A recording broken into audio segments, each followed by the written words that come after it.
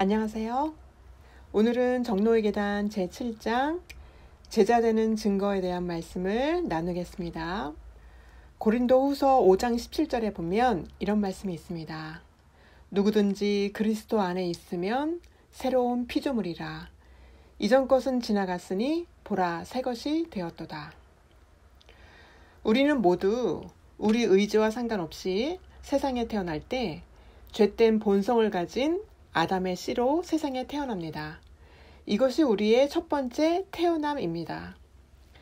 그리고 성령님의 조명하에 말씀을 보면서 죄된 자신의 상태를 깨닫게 되고 죄인인 나를 사랑하시는 하나님과 나를 구원하기 위해 십자가에 죽으신 예수님의 크신 사랑을 보면서 나의 과거에 지은 모든 죄와 함께 죄된 나의 전 존재를 주님께 드리기를 선택할 때 비로소 예수님의 사랑의 품에 안겨서 예수님 안에 거하게 됩니다.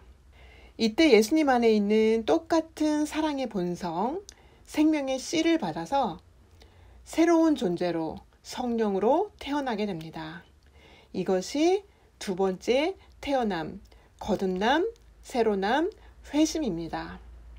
거듭난다는 것은 정확하게 무엇일까요? 정로의 계단 67쪽에 보면 우리가 하나님의 자녀가 되는 마음의 변화를 성경에서는 새로 나는 것으로 말하였다 라고 말씀합니다. 거듭난다는 것은 마음이 변화되는 것입니다. 샘의 근원인 마음이 깨끗해지는 것입니다. 죄로 더러웠던 마음이 예수님의 용서하심으로 깨끗하게 될 뿐만 아니라 예수님 안에 있는 똑같은 씨, 의의 행동을 하게 하는 의의 씨가 내 마음에 심겨져서 싹이 나는 것입니다.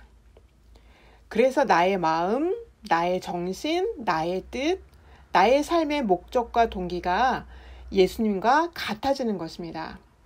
하나님께서 내 안에 있는 씨가 예수님의 것과 같기 때문에 예수님의 형제로 봐주십니다. 의롭다고 칭해 주십니다. 실물교훈 311쪽에 정확하게 이런 기록이 있습니다. 우리가 우리 자신을 그리스도께 바칠 때 우리의 마음은 그리스도의 마음과 연합되고 우리의 뜻은 그분의 뜻에 합병되고 우리의 정신은 그분의 정신과 하나가 되고 우리의 생각은 그분에게 사로잡히게 되어 마침내 우리는 그분의 생애를 살게 된다. 이것이 바로 그분의 의의 옷을 입는다는 의미이다. 거듭난다는 것은 아담이 범죄로 벗겨지고 잃어버렸던 그 의의 옷이 다시 입혀지는 것입니다.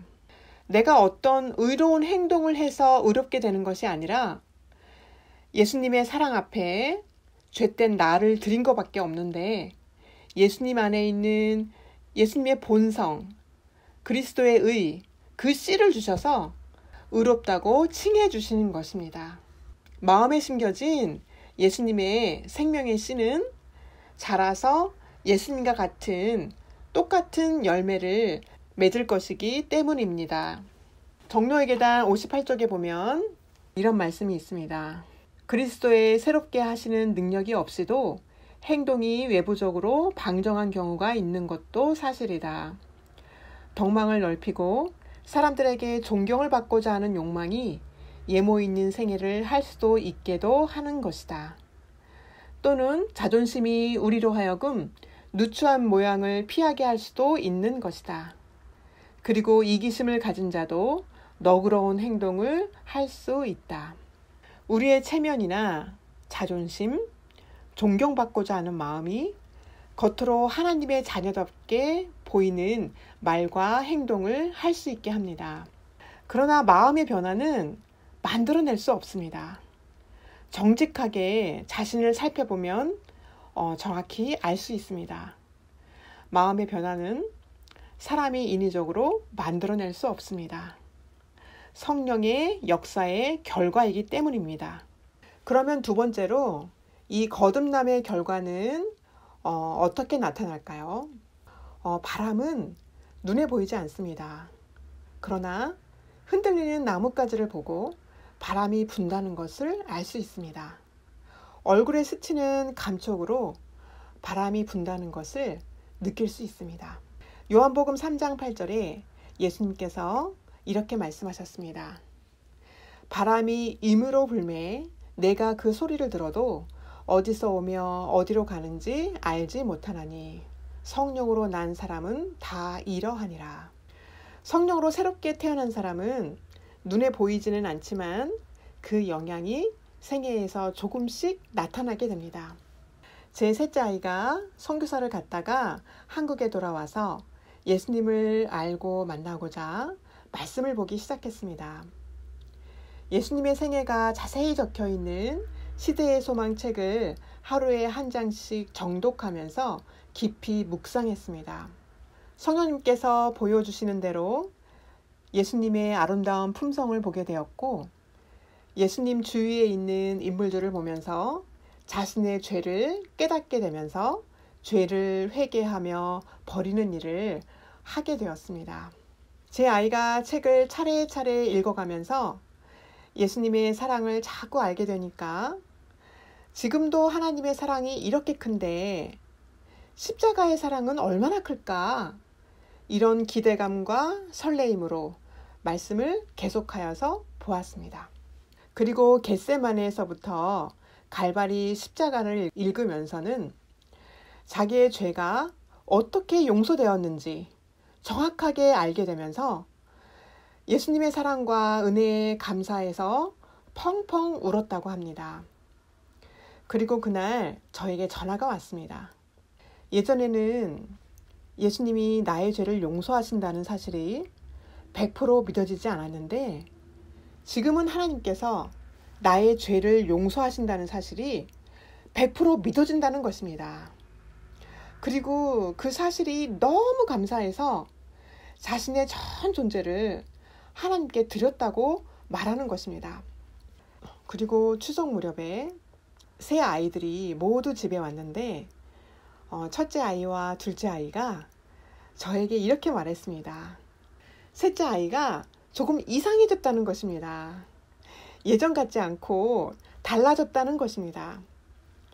그날 저녁에 함께 저녁 예배를 드리는 시간에 청년에게 보내는 기별 말씀을 함께 읽고 돌아가면서 성령님께서 자기에게 말씀해 주신 것을 나누는 시간을 가졌습니다.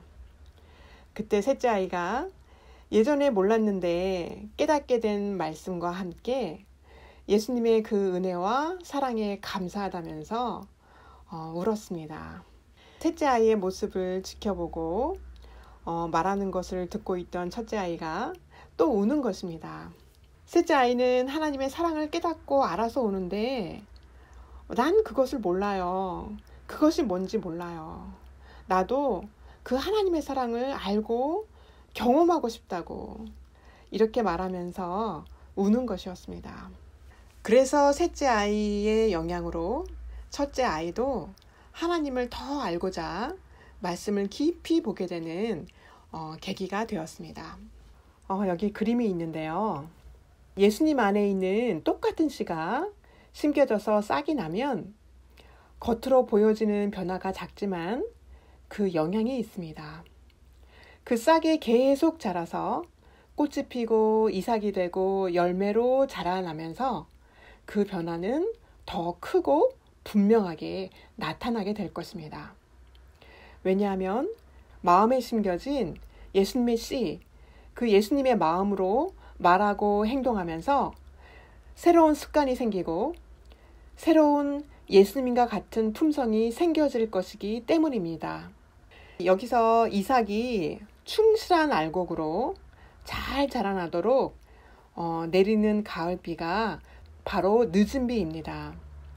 이 늦은 비로 인해서 나에게 예수님의 품성이 완전히 형성되어서 예수님의 품성이 비쳐나오는 꽉 찬 알곡으로 자라났을 때 예수님께서 이 땅에 재림하십니다.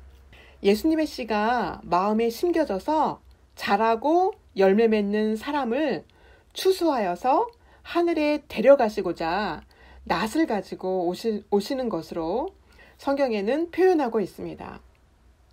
많은 사람들이 지금은 내 품성이 형편없지만 늦은 비 성령이 내리면 내 품성이 예수님의 품성으로 바뀌어지고 복음을 힘있게 전하는 사람으로 변화되리라는 것을 기대하면서 늦은 비 성령을 구하고 기다리고 있습니다. 그러나 이것은 매우 위험한 일입니다. 예수님 안에 있는 똑같은 씨가 나에게 심겨져서 싹이 트는 일이 없이는 늦은 비가 아무리 풍성히 내린다 해도 소용이 없는 일입니다. 왜냐하면 열매를 맺히게 할 것이 아무것도 없기 때문입니다. 그래서 먼저 싹이 트게 하는 봄비, 이른비 성령으로 내 마음에 예수님의 씨, 그 의가 심겨지고 싹이 트는 일이 먼저 있어야 합니다. 이른비 성령으로 거듭나는 일은 하나님의 사랑 앞에 자기의 죄를 보고 죄를 회개하여 드리는 일이 있을 때 하나님께서 주시는 선물입니다. 그래서 하나님의 사랑 때문에 울었던 경험이 없다면 그 사랑을 아는 일을 먼저 해야 합니다. 자신의 죄를 몽땅 드리는 회개의 경험이 없다면 그 일을 먼저 해야 합니다. 그리고 두 번째로 거듭남의 결과는 정노의 계단 57쪽에 이렇게 말하고 있습니다. 변화는 우리의 품성과 습관과 우리의 직업에 나타나게 될 것이다. 그리하여 과거와 현재 사이의 차이가 분명하고 확실하게 드러나게 될 것이다. 과거에 타고난 이기적인 마음으로 자기의 유익과 이익만을 위해서 그리고 자기를 기쁘게 하고자 하는 그런 동기와 원칙으로 살았다면 거듭난 후에 현재는 하나님을 사랑하는 마음으로 하나님 말씀에 순종하고자 하는 마음이 100% 일어나서 하나님께 충성하고자 하는 마음으로 살게 됩니다. 하나님께서 말씀하시는 거 다 하고 싶은 마음으로 살게 됩니다. 왜냐하면 하나님의 사랑을 보았기 때문입니다. 자신이 죄인임을 알았고 그 죄를 모두 용서받았기 때문에 하나님께 감사하는 마음과 예수님을 사랑하는 마음이 있기 때문입니다. 저의 과거와 현재 사이에 가장 큰 변화 중에 하나를 말한다면 과거에는 저는 조금이라도 나의 존재를 무시하는 말을 듣거나 그런 행동을 보게 될 때 참을 수 없었고 분해서 잠을 이룰 수 없었습니다. 그러나 제가 예수님의 사랑 앞에 저를 드린 후에는 이런 일들이 저에게 일어나지 않았습니다. 예수님께서 이 땅에 오셔서 받으신 무시와 경멸, 업신여김의 상황들은 사단이 죄짓게 하고자 하는 유혹과 공격이었고 예수님께서는 자아를 포기하심으로 그것에 어떤 반응도 하지 않으셨으므로 승리하셨다는 것을 제가 정확히 알게 되었기 때문입니다. 그리고 세 번째로 거듭남의 결과는 정노의 계단 59쪽에 이렇게 말하고 있습니다. 우리가 허물과 죄가 많은 자로서 예수님께로 나아가서 그의 사유하는 은혜를 입는 때에는 사랑이 우리 마음속에서 솟아오른다.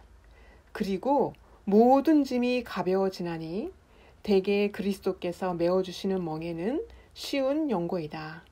의무는 즐거움이 되고 희생은 기쁨이 된다. 사랑이 마음에 솟아올라서 예수님께서 하라고 하시는 의무는 즐거움이 되고 희생은 기쁨이 된다고 기록해 놓았습니다. 여러분 연애를 해보셨지요? 한 남자를 사랑하게 되면 그 사람이 나의 가슴에, 나의 마음에 있게 됩니다. 아침에 일어나면서부터 잠잘 때까지 그 사람이 나의 가슴에 있습니다. 그 사람을 사랑하기 때문에요. 그 사람을 늘 생각하게 되고 그 사람에 대하여 다른 사람에게 말하게 됩니다. 그 사람이 좋아하는 것을 하고 싶어지고 선물도 하고 싶어집니다. 우리가 하나님의 사랑을 맛보고 그 예수님을 사랑하게 되면 예수님이 내 가슴에 있게 됩니다. 늘 생각이 나고요. 예수님의 말을 하게 되고 예수님이 기뻐하시는 일을 하고 싶어집니다. 예수님을 사랑하기 때문입니다. 제가 임종을 앞둔 말기 암 환자를 소개받고 돌봤던 경험이 있습니다. 돌봐줄 가족이 아무도 없고 암이 심해져서 복수가 차고 거동이 불편하게 되면서 있던 요양원에서 더 이상 지낼 수 없게 되었습니다. 한 집사님이 저에게 부탁하시면서 한 달이나 살지 모르겠는데 당사자는 병이 나아서 오래 살 것처럼 생각하고 있다고, 죽기 전에 예수님을 꼭 만나고 죽어야 되는데 예수님 만나게 도와주세요. 이렇게 하면서 저에게 부탁을 하셨습니다. 그리고 또 다른 집사님으로부터 전화를 받게 되었는데요. 그 환자분이 조현병, 정신분열증이 있어서 현재 약을 먹고 있다는 말을 듣게 되었습니다. 그래서 제가 고민이 되었습니다. 정신이 온전하지 못한 사람에게 예수님을 소개하고 말씀을 가르치는 게 가능할까? 헛수고를 하는 게 아닐까? 이런 생각이 들었습니다. 그래서 새벽에 하나님께 기도로 제가 그 환자를 돌봐야 되는지 물었습니다. 그리고 하나님의 뜻을 알기 위해서 말씀을 폈습니다. 그런데 그 새벽에 저에게 주신 말씀은 정신병이 있는 사람도 돌봐야 한다라는 말씀을 저에게 보여주셨습니다.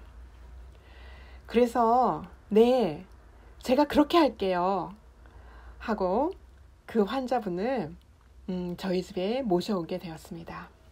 복수가 차서 배가 남산만했고 다리가 사람 다리가 아니었습니다. 손으로 눌러도 들어가지 않을 만큼 퉁퉁 부을 대로 부었고 여기저기서 물이 새어나왔습니다. 게다가 스스로 일어나지 못하고 일으켜 세워줘야 했는데 제가 조금 늦게 가면 대소변을 기저귀에 그냥 싸버렸습니다. 그분이 너무 미안해하면서 그냥 물휴지로 닦아주세요 라고 말하시는데 그 순간에 남에게 대접받고자 하는 대로 남을 대접하라 라는 말씀이 떠올랐습니다. 그래서 저는 그 상황이라면 씻겨줬으면 좋겠더라고요. 그래서 집사님 제가 씻겨드릴게요. 이렇게 하면서 제가 한 번도 해본 적이 없었던 일들을 하게 되었습니다. 그런데 씻길 때 제가 제 아이 기저귀를 갈 때와 똑같은 마음이었습니다. 그리고 아침 저녁으로 예배를 드렸는데 정로의 계단 말씀을 함께 읽으면서 예수님께로 가는 길을 안내해 드렸고 제가 예수님을 알면서 저에게 일어났던 모든 간증을 이야기해 드렸습니다. 그분이 이렇게 고백하셨습니다. 저는 교회에 빠진 적이 한 번도 없었고 기억절을 다른 사람보다 잘 암송했고 성경 필사를 하고 그랬기 때문에 다른 사람들보다 내가 신앙심이 더 좋은 사람이라고 생각했는데 제가 예수님을 지금 모르고 있고 만난 적도 없고 저는 죄를 회개한 적도 없는 사람이라고 이렇게 고백했습니다. 그리고 죄를 회개하고 싶어요. 그리고 예수님을 만나고 싶어요 라고 말씀하셨습니다. 그리고 하나님이 나를 사랑하신다는 것이 느껴져요. 말기암이면 통증이 있는데 자신은 통증이 하나도 없고 말씀 볼 수 있게 시간을 주셔서 정말 감사하다고, 하나님이 나를 사랑하시는 게 맞다고 이렇게 말씀하셨습니다. 예배 시간을 기다리고 정말 진지하게 예수님의 말씀을 듣고자 했고 감사해서 눈물도 흘렸습니다. 그래서 제가 성령님께서 자신의 죄를 생각나게 해주시도록 기도하고 생각나게 해주실 때마다 예수님께 그것을 드리고 용서받는 일을 하도록 인도해 드렸습니다.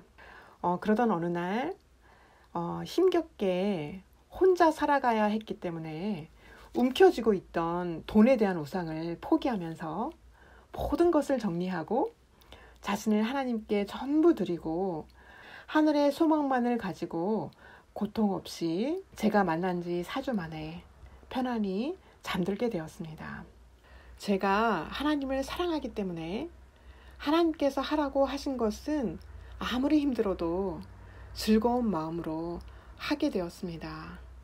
제가 생각해도 너무 놀라운 일이었습니다. 세 번째로 예수님의 제자가 되는 참된 증거는 무엇일까요? 예수님 안에 있는 예수님의 본성, 그 씨에는 하나님의 법이 기록되어 있습니다. 그래서 예수님에 대하여 시편에는 이렇게 기록해 놓았습니다. 시편 40편 8절에 나의 하나님이여 내가 주의 뜻 행하기를 즐기오니 주의 법이 나의 심중에 있나이다. 정노의 계단 59쪽에 하나님의 뜻을 행하는 것이 그리스도가 즐거워하는 것이었다. 하나님께 대한 사랑과 그의 영광을 드러내려는 열성은 우리 구주의 생애의 주 동력이 되었다. 라는 기록이 있습니다. 그래서 예수님께서는 요한복음 15장 10절에 내가 아버지의 계명을 지켜 그의 사랑 안에 거한다 라고 말씀하셨습니다. 예수님은 하나님 아버지의 사랑을 알았고 그 하나님 아버지를 사랑하는 마음이 그 안에 있었기 때문에 하나님 아버지께서 말씀하시는 모든 말씀을 순종하며 그 계명을 지키셨습니다. 이와 똑같이 하나님의 법이 기록되어 있는 그리스도의 영을 나누어 받은 사람들은 하나님에 대한 사랑과 예수님에 대한 감사가 마음에 충만하게 되어서 하나님의 계명을 지키게 됩니다. 하나님의 율법을 생애에 실천하게 됩니다. 하나님께서 하라고 하신 것은 다 하고 싶어집니다. 요한일서 5장 3절에 하나님을 사랑하는 것은 이것이니 우리가 그의 계명을 지키는 것이라. 정노의 계단 60쪽에 순종, 사랑으로 하는 봉사와 충성은 제자가 되는 참된 증거이다 라고 기록해 놓았습니다. 하나님의 사랑과 은혜에 감사해서 하나님 말씀에 순종하는 것이 제자 되는 참된 증거입니다. 하나님을 사랑하고 이웃을 사랑하는 그 계명을 지키는 것이 제자 되는 참된 증거입니다. 네 번째로 영성의 조건은 무엇일까요? 아담이 타락하기 전과 타락한 후에 영성의 조건은 같습니다. 하나님의 율법을 순종하는 것입니다. 정노의 계단 62쪽에 보면 이런 말씀이 있습니다. 영성의 조건은 지금도 옛날 에덴 낙원에서 우리의 시조가 타락하기 전과 똑같으니 곧 하나님의 율법을 온전히 순종하는 완전한 의가 요구된다. 아담은 타락하기 전에 하나님의 율법을 지킴으로 의로운 품성을 이룰 수 있었다. 그러나 그 일에 실패하였고 그의 범죄로 인하여 우리의 본성은 타락해서 우리는 스스로 의로울 수 없게 되었다. 거룩한 율법을 완전히 지킬 수 없게 되었다. 조물주이신 하나님께서는 생명을 가지고 계셨기 때문에 불멸의 존재이십니다. 그러나 창조함을 받은 모든 피조물들은 생명이 없기 때문에 조건적인 불멸의 존재입니다. 하나님 말씀에 순종할 때 계속적으로 생명과를 먹고 생명이 유지될 수 있는 존재입니다. 이것이 하나님과 아담 사이의 첫 번째 언약입니다. 하나님의 말씀, 그 계명을 지켜라. 그러면 영생할 것이다 라는 것입니다. 그래서 하나님 말씀에 순종할 때 영생할 수 있는 것입니다. 그러나 아담은 하나님 말씀에 불순종하여서 더 이상 생명과를 먹을 수 없게 되었고 언약이 깨어졌고 생명이 끊어지게 되었습니다. 그래서 죽음이라는 것이 오게 되었습니다. 타락 전에 아담은 하나님의 형상으로 창조되어서 이타적인 사랑의 본성인 하나님의 마음과 같았는데 그가 하나님의 분명한 말씀에 불순종하는 죄를 지은 이후에 마음이 변했습니다. 교만하고 이기적이고 죄에 대한 핑계와 변명을 늘어놓고 시기와 질투하는 죄된 마음으로 변했습니다. 이렇게 아담이 타락한 후에 세상에 태어나는 모든 사람들은 아담의 죄된 본성의 씨를 가지고 태어나는데 어떻게 영생의 조건인 하나님의 율법을 지킬 수 있을까요? 하나님의 말씀을 듣기 싫은데 어떻게 순종할 수 있을까요? 마음이 다시 변화되지 않으면, 전 존재가 바뀌지 않으면 하나님의 계명을 지키는 것은 불가능한 일입니다. 그래서 예수님이 이 땅에 오셨습니다. 우리의 마음을 변화시켜 주시려고 오셨습니다. 예수님께서 십자가에서 죄인을 대신해서 죽으심으로 우리를 죽도록 사랑하신다는 것, 그 사랑을 보여주셨습니다. 로마서 5장 8절에 우리가 아직 죄인 되었을 때 예수님께서 우리를 위하여 죽으심으로 하나님께서 우리에게 대한 자기의 사랑을 확증하셨느니라 라는 말씀이 있습니다. 죄인이 예수님의 그 사랑을 보게 될 때 그 크신 예수님의 사랑 앞에서 마음에 품고 있는 죄가 싫어지게 됩니다. 그 죄를 증오하게 되어서 포기하고 버리게 됩니다. 깊이 회개하게 됩니다. 그때 둘째 아담으로 예수님께서 십자가로 준비해 주신 예수님의 본성의 씨, 그 영을 주셔서 마음의 변화를 이루어 주십니다.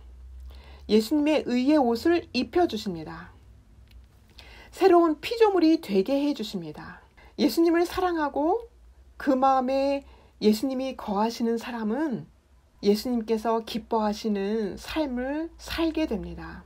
이때 히브리서 10장 16절에 내 법을 저희 마음에 두고 저희 생각에 기록하리라고 하셨던 이 새 언약이 성취됩니다. 죄인의 마음에 예수님 안에 있던 그 법이 기록된 새 본성, 예수님의 마음을 주셔서 계명을 지킬 수 있는 사람이 되게 해 주십니다. 정노의 계단 63쪽에 보면 이런 말씀이 있습니다. 거듭나지 못하였을 때는 하나님의 율법을 복종하지 않을 뿐만 아니라 또한 복종할 수도 없었던 마음이 이제는 율법의 거룩한 계명을 즐거워하게 되고 시편 기자와 같이 내가 주의 법을 어찌 그리 사랑하는지요. 내가 그것을 종일 묵상하나이다 라고 부르짖게 된다. 그러나 우리가 하나님의 말씀을 쳐다보지 않고 예수님의 사랑을 알지 못한다면 하나님의 말씀에 순종하는 것은 불가능하게 됩니다. 그리고 자기의 생각대로, 감정대로 죄를 짓기를 계속적으로 선택한다면 우리의 마음은 자꾸자꾸 더 사단의 마음으로 변화하게 됩니다. 그래서 하나님의 말씀을 보는 것이 싫어지고 듣는 것도 따분하게 여겨지고 싫어지게 됩니다. 그런 일이 계속될 때 하나님과 완전히 분리되고 자기도 모르는 사이에 사단과 연합한 자가 될 뿐만 아니라 사단의 노예가 되어서 사단의 일을 하는 사단의 대리자가 되고 맙니다. 그래서 우리가 하나님의 말씀을 연구하고 보는 일은 참으로 중요합니다. 그리고 그 말씀을 순종하기로 선택하는 일은 정말 중요한 일입니다. 다섯 번째로 모조 믿음과 참 믿음의 차이는 무엇일까요? 야고보서 2장 19절에 보면 귀신들도 믿고 떠느니라 라는 말씀이 있습니다. 하나님의 존재와 능력, 하나님의 말씀이 참되다는 것은 사단과 악한 천사들도 인정하고 믿습니다. 그러나 그들은 자신의 마음을 하나님께 드리는 일을 하지 않습니다. 하나님 말씀에 순종하기를 선택하지 않습니다. 왜냐하면 그들은 하나님의 사랑을 거절하기로 선택했기 때문에 그들의 마음은 어두워져서 하나님의 사랑을 깨달을 수 없기 때문입니다. 하나님의 사랑을 알지 못하고 말씀에 순종하지 않으면서 하나님을 믿는다는 것은 참 믿음이 아닙니다. 사단과 악한 천사들이 믿는 것과 같은 모조 믿음입니다. 세상에 하나님을 믿는다고 하지만 사단이 믿는 것과 똑같이 지식으로만 인정할 뿐이지 자기의 삶에 적용하지 않는 사람이 얼마나 많은지 모릅니다. 정노의 계단 63쪽에 보면 하나님의 말씀을 믿을 뿐 아니라 의지를 하나님께 바치는 것, 즉 마음을 하나님께 바치고 애정을 하나님께 두는 그것이 신앙이다 라고 기록되어 있습니다. 참 믿음은 하나님 말씀에 순종하기 위해서 내 의지를 하나님께 드리는 것입니다. 하나님 말씀에 순종하기 위해서 죄를 포기하기로 선택하는 것입니다. 하나님께서 하라고 하시는 것을 선택하는 것입니다. 왜냐하면 하나님께서 나를 사랑하셔서 나에게 가장 좋은 것을 주시는 분이라고 믿기 때문입니다. 하나님의 사랑을 알 때 나를 온전히 드릴 수 있습니다. 하나님의 사랑을 가장 잘 알 수 있는 책이 시대의 소망 책입니다. 그래서 다음 시간부터는 시대의 소망 말씀을 함께 읽고 나누려고 합니다. 정노의 계단 8장부터는 성화의 과정을 가르쳐 주기 때문에 다음 기회가 있으면 나누도록 하겠고요. 정노의 계단 말씀은 여기까지 하고 마무리하겠습니다. 감사합니다.